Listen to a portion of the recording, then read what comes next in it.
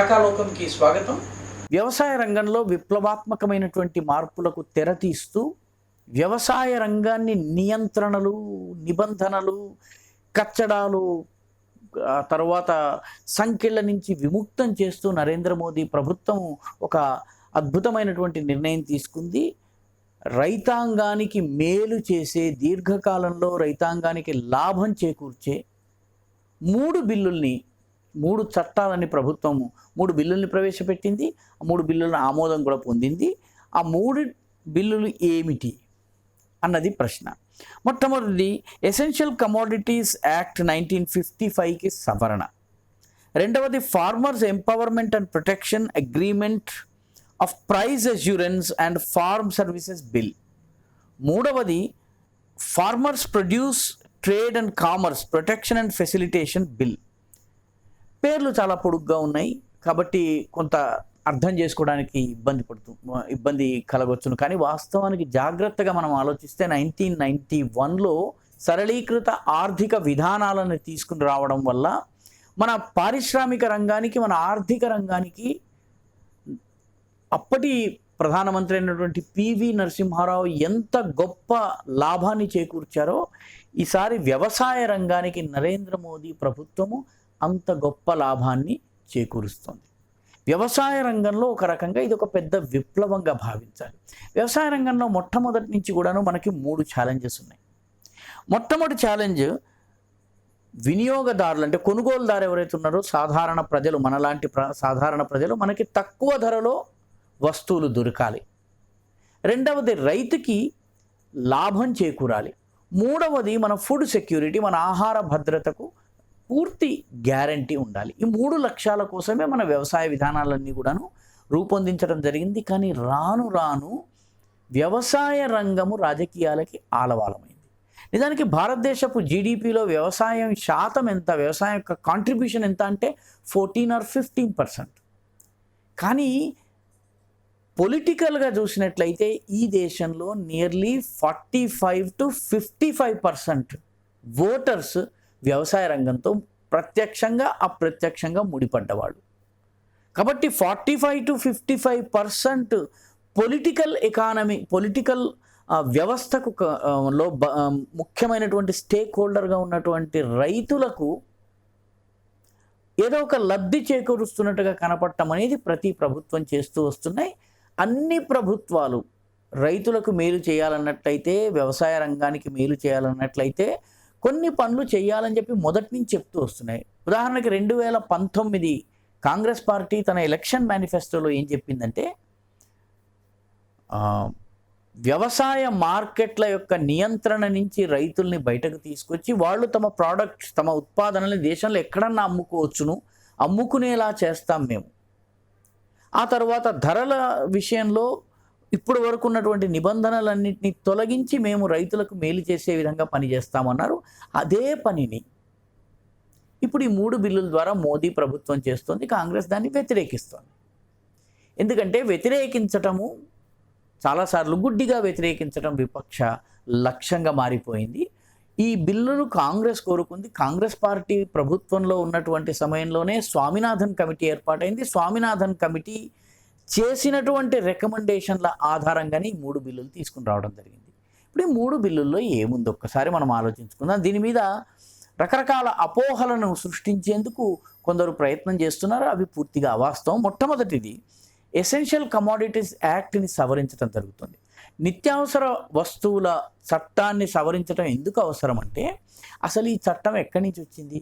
ఇది బ్రిటిష్ వాడు 2వ ప్రపంచ యుద్ధ సమయంలో రైతుల దగ్గర, వ్యాపారుల దగ్గర ఉన్నటువంటి ఆహార దినుసుల్ని, పప్పులను, ధాన్యాలను, మిగతా వ్యవసాయ ఉత్పాదనలను పూర్తిగా తన చేతుల్లోకి తీసుకుని తన సైన్యాలకు పంపించి ప్రజల్ని మాడబెట్టడము, వాళ్ళ కడుపుల్ని మాడబెట్టడం కోసం ఉద్దేశించిన చట్టం.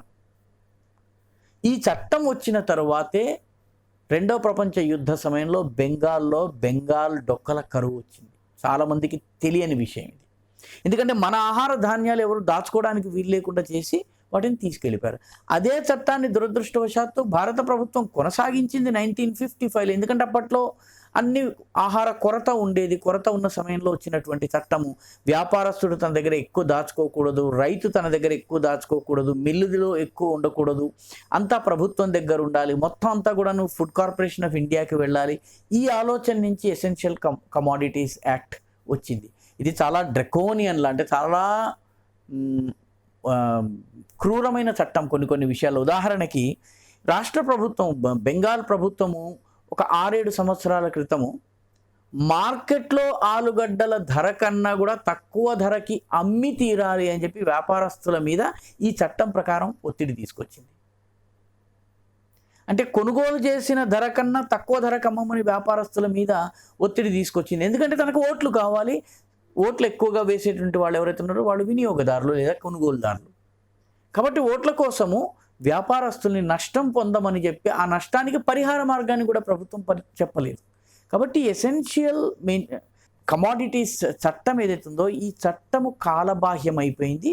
ఇప్పుడు దీనికి ఇంకా ఉపయోగం లేదు. అయితే ప్రభుత్వం ఈ మార్పు చేస్తున్నప్పుడే ధరలు గనక యుద్ధం వచ్చినప్పుడు కానీ, కరువు వచ్చినప్పుడు కానీ, వరదల సమయంలో కానీ, లేదా ధరలు 100% కన్నా ఎక్కువ పెరిగినప్పుడు కానీ, 30 రూపాయల వస్తువు 60 రూపాయలు అయిపోయినప్పుడు కానీ ఈ ఎసెన్షియల్ కమోడిటీస్ యాక్ట్ని మళ్ళీ వర్తింపజేసేటటువంటి ప్రొవిజన్ దీనిలో ఉంది.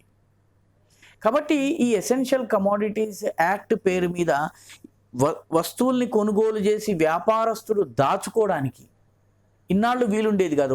100 కిలోలు నీ దగ్గర ఉండొచ్చును, అంతకు మించి ఉండడానికి వీలేదంటే 101 ఉంటే అతను అరెస్ట్ చేసేవారు.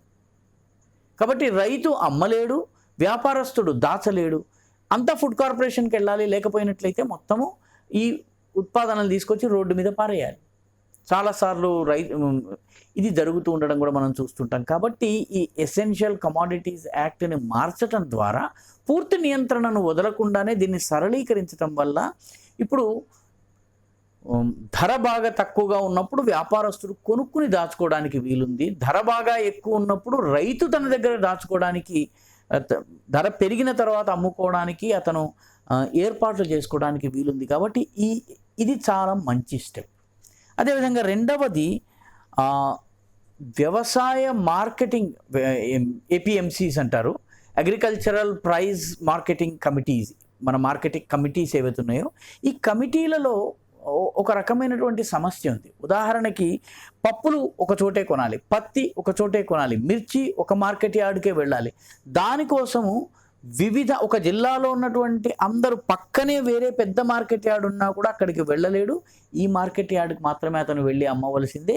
ఈ మార్కెట్కే వస్తారని తెలుసు కాబట్టి అక్కడ ఉన్నటువంటి వ్యాపారులందరూ ఒక ధరని ఫిక్స్ చేసుకుని తమ ఇష్టారాజ్యంగా వ్యవహరించి రైతుల నుంచి తక్కువకి కొనేటువంటి పని వాళ్ళు చేస్తున్నారు.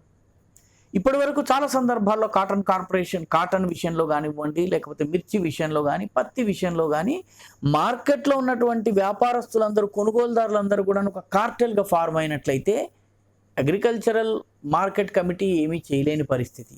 చాలాసార్లు రైతులు ఆందోళనకు దిగి తమ వస్తువుల్ని, తమ ఉత్పాదనల్ని నడి రోడ్డు మీద పారేసి వెళ్ళిపోయినటువంటి పరిస్థితి. కాబట్టి ఈ మార్కెట్ కమిటీలు పోవు, కానీ వాటి మొనాపలి పోతుంది. అంటే వాటి ఏకఛత్రాధిపత్యం పోతుంది. నాకు దగ్గరగా ఉన్న వేరే చోటకి నేను వెళ్ళి అమ్ముకోవడానికి వీలుంటుంది, ఇక్కడ నచ్చకపోతే ఇంకో కొంచెం దూరం వెళ్ళి నేను అమ్ముకోవడానికి వీలుంటుంది.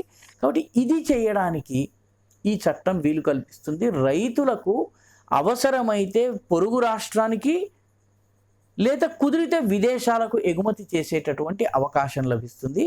మార్కెట్ యార్డులలో ఉన్నటువంటి వ్యాపారస్తులు ఒక ముఠాగా ఏర్పడకుండా రైతులు తమకు నచ్చిన ప్రైస్ ధరకి అమ్ముకోగలిగేటువంటి సౌకర్యాన్ని కల్పిస్తుంది. చాలా మంచి స్టెప్.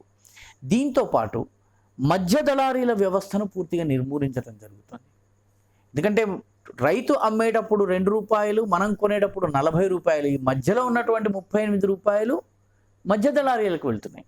కాబట్టి మధ్య దళారీల వ్యవస్థను నిర్మూలించడంలో ఇది ఒక చాలా సిగ్నిఫికెంట్ స్టెప్గా మనం భావించాలి.